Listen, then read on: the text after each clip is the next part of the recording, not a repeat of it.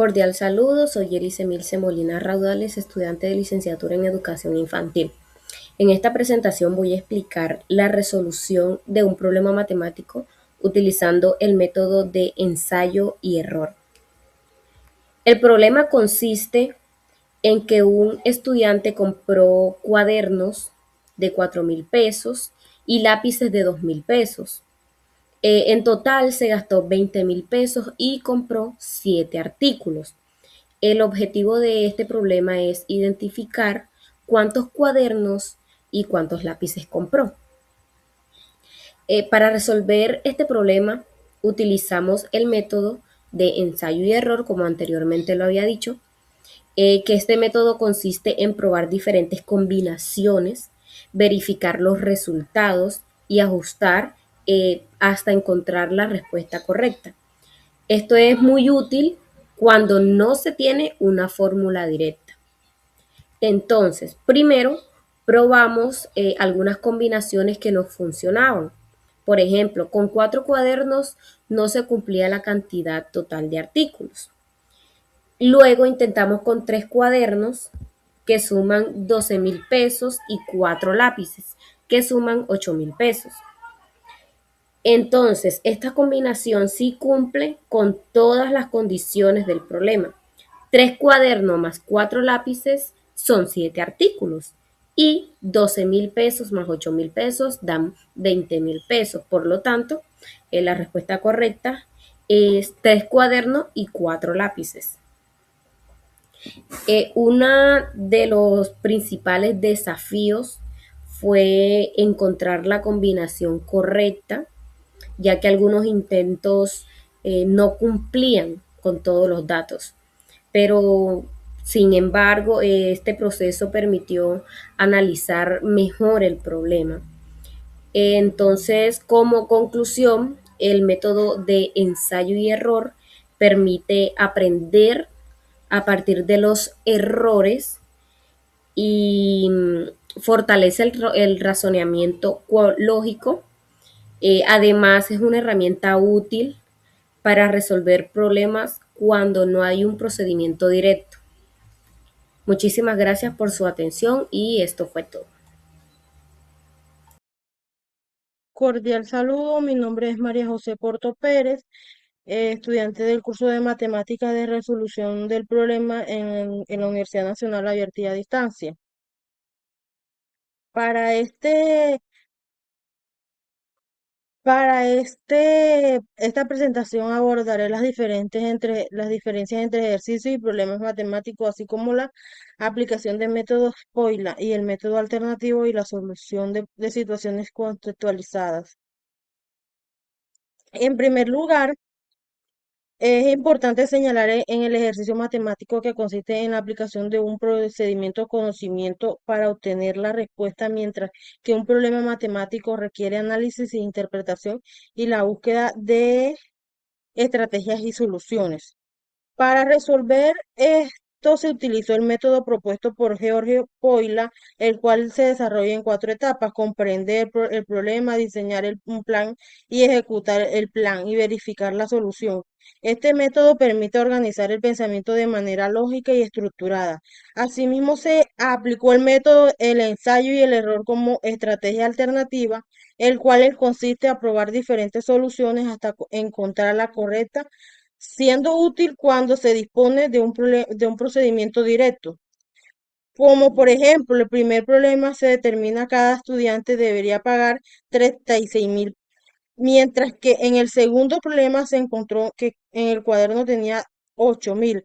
Mediante la aplicación de métodos alternativos, en conclusión,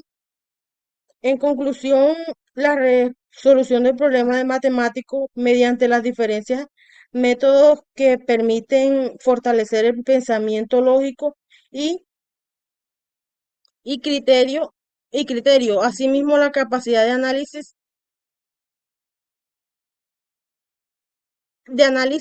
en los estudiantes. Además, evidencia las herramientas que tienen una aplicación directa en la vida cotidiana y fácilmente en diversos contextos. Finalmente, en esta actividad contribuimos al desarrollo de las habilidades analíticas y el reconocimiento de muchas importancias en los procesos de la resolución de problemas. Muchas gracias.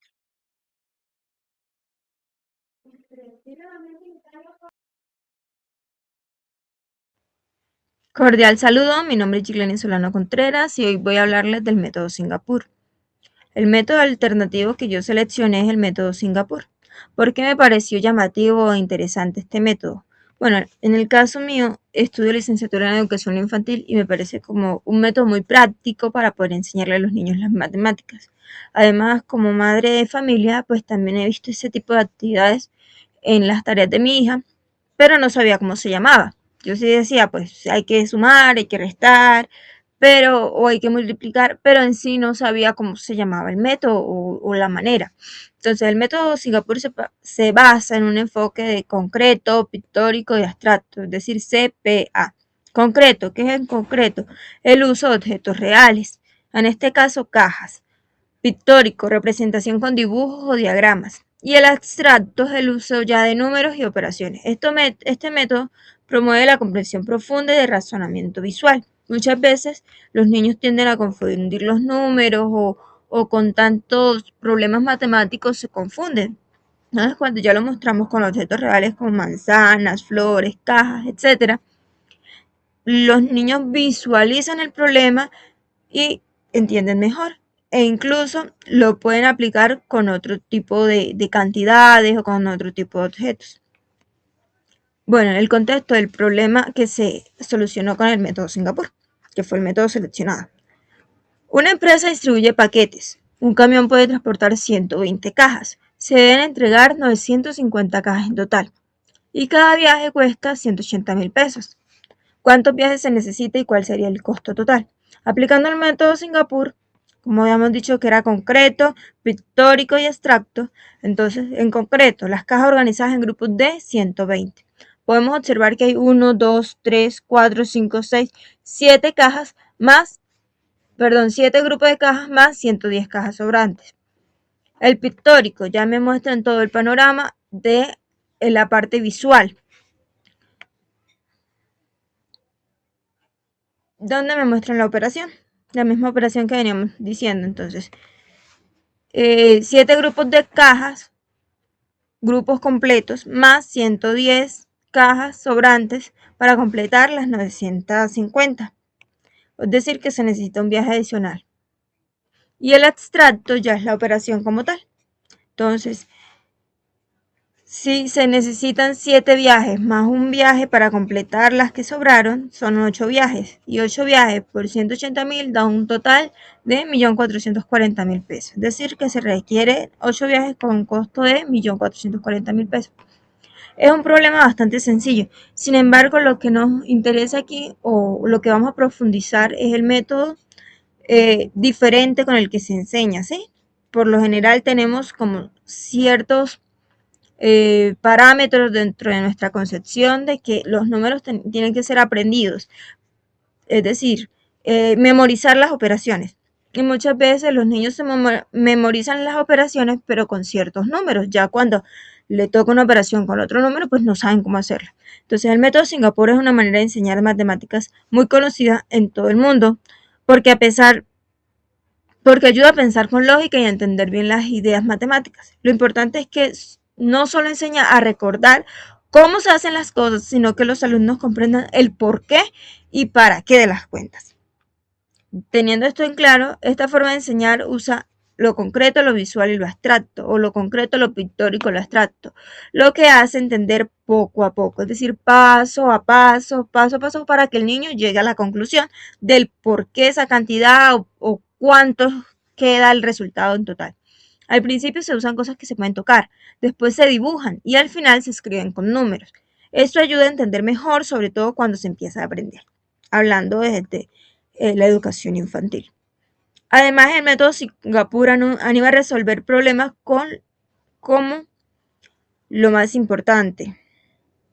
Y así aprenden cosas como razonar, analizar y decidir. También se animan a usar muchas formas de hacer las cosas, como dibujar, dividir los problemas, lo que ayuda a los alumnos a enfrentarse a cosas nuevas con más confianza. Para terminar, lo bueno es que crea alumnos que saben pensar en matemáticas y no solo hacer ejercicios. Esto ayuda mucho en los estudios y en la vida diaria. Sabemos que uno decía muchas veces, pero ¿para qué me sirve el seno, el coseno, cuando tenga una vida diaria o en mi vida diaria o si voy a la tienda, de nada me sirve saber seno y coseno, cuando uno ya está en bachiller? Pero hay muchas operaciones matemáticas que uno sí las usa en el día a día, como el multiplicar, como el sumar, como el restar, operaciones básicas. Pero si yo no sé hacer estas operaciones de pronto con manzanas, con peras, con monedas, con cantidades, entonces se me va a complicar mucho, ¿sí? Entonces, teniendo esto en cuenta, me pareció muy interesante porque sinceramente no sabía cómo se llamaba este método, sí lo había visto porque como comentaba, tengo una niña en casa y pues sí le ponen problemas matemáticos, pero no sabía cómo se llamaba. Y ya tener la claridad de que se llama método Singapur y que más adelante cuando yo esté en mis prácticas lo puedo aplicar también con mis niños, pues es muy interesante saberlo. Muchas gracias.